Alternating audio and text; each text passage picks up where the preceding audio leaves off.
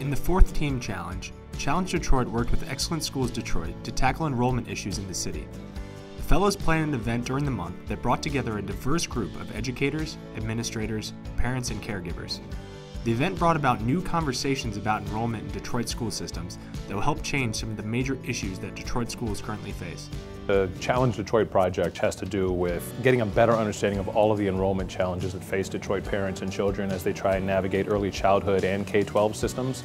Will help us in a couple of ways. One is, at a very fundamental level, the project itself, which has required the involvement of schools and educators from across different governance systems and early education systems and so on, helps us build trust among folks who, frankly, are in a situation where they have to compete with one another right now.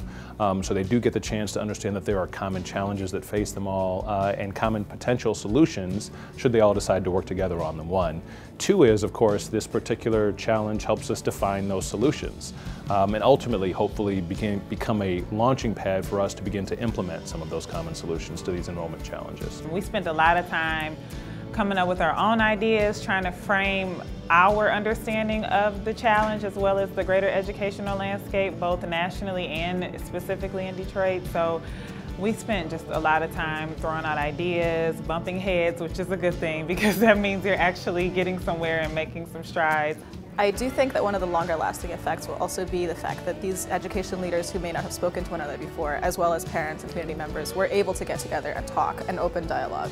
So ideally, my hope for the vision of this challenge long term is that all these people will get back together or follow up with one another and continue to work together to improve education in Detroit.